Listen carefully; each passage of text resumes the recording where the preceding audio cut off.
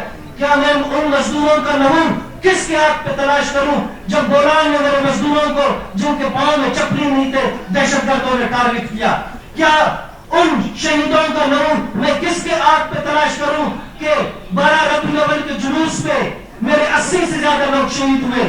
کیا میں ان شہیدوں کا اپنا نمون کس کے ہاتھ پہ تلاش کروں کہ 14 سال کے میرے اکمل کو شہید کیا جاتا ہے فٹ بال گراؤنڈ میں؟ کیا میں اپنے درینگڑھ کے 300 سے زائد شہیدوں کا لہو کس کے ہاتھ پہ تلاش کروں؟ لہذا میں چیف جسٹس آف پاکستان سے دستہ اپیل کرتا ہوں کہ اس سیکشن کو 2&D کو بحال کیا جائے تاکہ دہشت گرد پھر کلوبوشن کی طرح ہمارے صوبے میں دہشت گردی نہیں کرے. کیا آپ کو پتا ہے کہ میں تو سلام نام لیتا ہوں کہ کلوبوشن کو کس نے بھیجا؟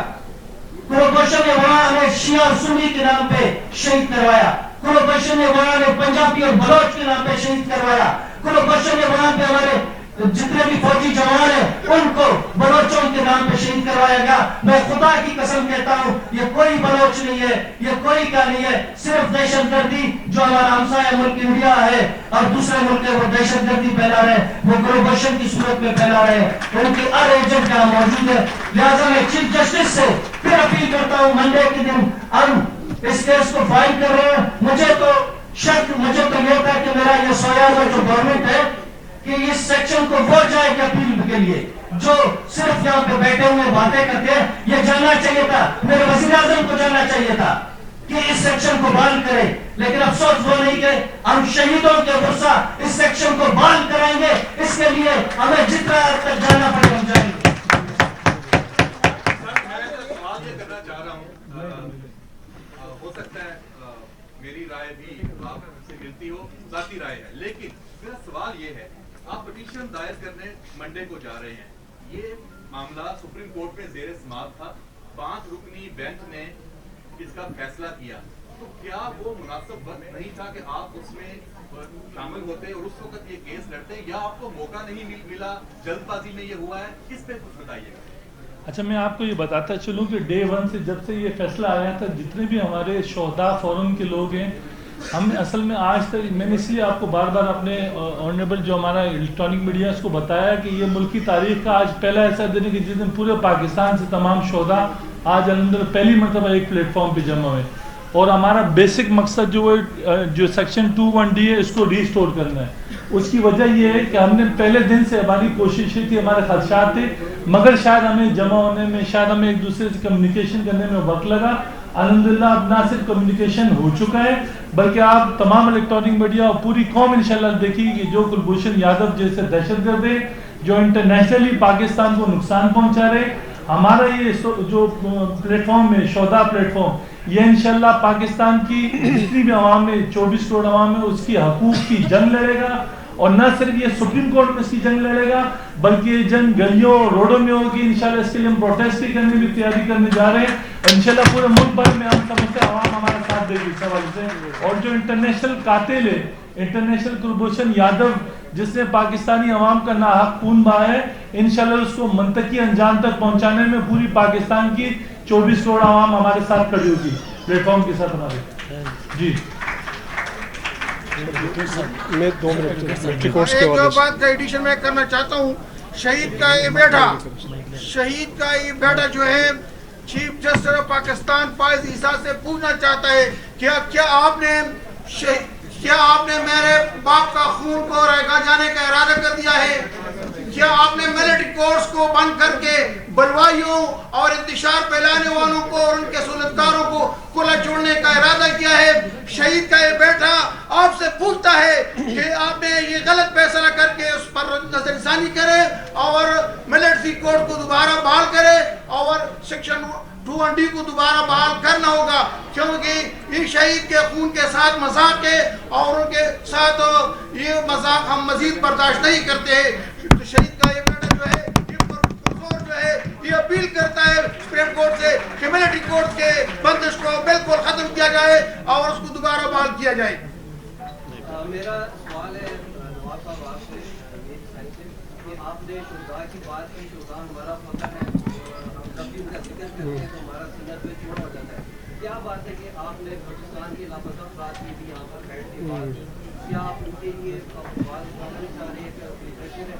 دوسرا, میری بہن نے کارگل کے شہداء کا ذکر کیا, بالکل وہ شہداء بھی ہمیں یاد ہے, لیکن ہماری بدقسمتی یہ ہے کہ اس ملک کے سابق وزیر اعظم کا ایک ویڈیو کلپ موجود ہے جس میں وہ کہہ رہے ہیں کہ ہماری یہ جو فوج ہے اس نے مس ایڈونچر کیا تھا اور ہندوستانی فوج کی کمر میں جو ہے چورا دھوپا تھا. تو کیا آپ ان کے خلاف بھی کوئی اپیل یا کوئی اس طرح سے لے کر جائیں گے درخواست سپریم کورٹ آف پاکستان میں؟ دیکھیں جی, یہ کیونکہ ہم بلوچستان سے تعلق رکھتے ہیں, ہمارے کئی مسائل ہیں, ٹھیک ہے نا جی.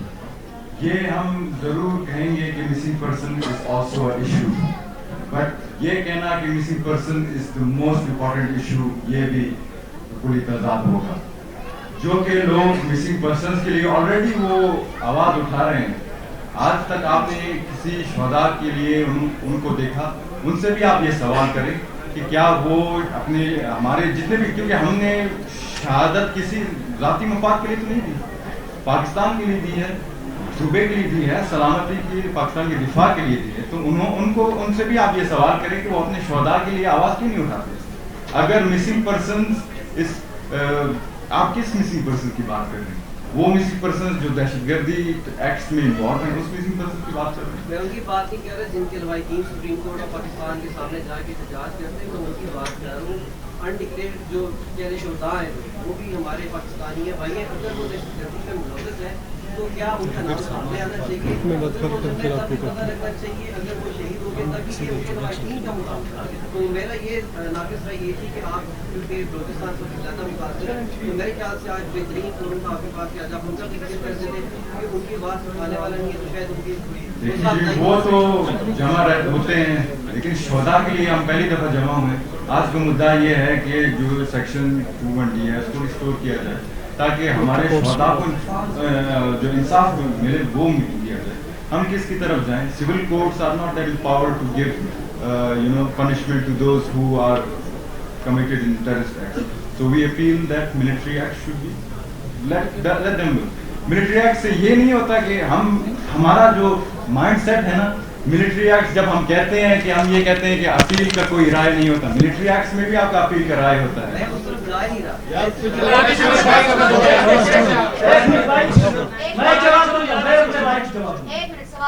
جو بلوچستان میں اوریجنل مسنگ پرسن ہے ان کی تو ہم لوگ ان کی مذمت کرتے ہیں, لیکن ایک چیز مسنگ پرسن کی بات کرتے ہیں, کیا میں اس مسنگ پرسن کی بات کر رہا ہوں جو چائنیز ایمبیسی پر جنہوں نے حملہ کیا, ان کا نام بھی تو مسنگ پرسن ہے. ایڈوکیٹ صاحب کو دے دو نا, ایڈوکیٹ صاحب. میں دو باتیں کرنا چاہتا ہوں. ایڈوکیٹ صاحب کو دے دو. جی جی.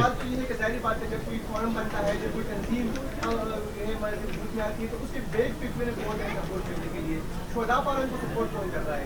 دوسرا میرا سوال ہے سنی صاحب سے, پہلی بات ہے ٹھیک ہے ان کی قربانیاں ہم کبھی نہیں بھول سکتے, اور جو شہداء کی لوائقین ہوتے ہیں پہلی بات جس درد سے جس دکھ سے گزر رہے ہوتے ہیں ہم برداشت ہم جو ہے ان کو الفاظ سے بیان نہیں کر سکتے. آپ نے آپ پر ملک کی استحکام کی بات کی, آپ نے سلامتی کی بات کی, آپ نے بقا کی بات کی, اپنی ترقی کی بات کی. آپ سے سوال ہے کہ اس ملک کی سلامتی کے لیے بقا کے لیے آپ کے پاس جو نیشنل کے لیے کب میں دیکھیے جی, یہ پہلی دفعہ بھی میں پریس کانفرنس کر رہا تھا, یہ سوال بھی آپ نے مجھ سے کیا. دوسرے تو جواب میرا یہی تھا کہ ایک بندہ اگر اب اس ملک کے لیے اپنے والد تک قربان کر سکتا ہے, ڈوئل نیشنلٹی کیا چیز ہے یہ آپ ذہن میں رکھیں. اگر ہم اس ملک کے لیے خون دینے کے لیے تیار ہیں تو نیشنلٹی کیا چیز ہے. اس پہلے سوال پہلا سوال یہ ہے, ٹھیک ہے. اچھا, یہ میرے ایک بھائی نے بہت اچھا سوال کیا ہے کہ جب بھی کوئی آرگنائزیشن بنتی ہے, پلیٹ فارم بنتا ہے, تو اس کے پیچھے کوئی نہ کوئی بیگ سپورٹ ہوتی ہے. تو میں اپنے بھائی کو اس بات کا جواب دیتا ہوں, الحمدللہ ہمارے جو یہ شہداء فنڈ بنا ہے اس کے پیچھے بہت بڑی سپورٹ ہے, اللہ اس کے پیچھے الحمدللہ, اور ہماری قوم کی دعائیں ہمارے ساتھ ہیں. انشاءاللہ آپ دیکھو کہ یہ جو شہداء فنڈ میں آپ کو انشاءاللہ وہ جو ملکی سلامتی کے حوالے سے جو چیزیں ضروری ہم سمجھیں گے انشاءاللہ اللہ کی مدد سے, اور آپ جیسی بھائیوں کی وجہ, کیونکہ آپ بھی الحمدللہ محب وطن پاکستانی, جب بھی آج ہمارے ساتھ آپ یہاں پہ اس گیدرنگ میں شریک ہیں, تو انشاءاللہ اللہ کی مدد سے اور اپنی عوام کی طاقت سے انشاءاللہ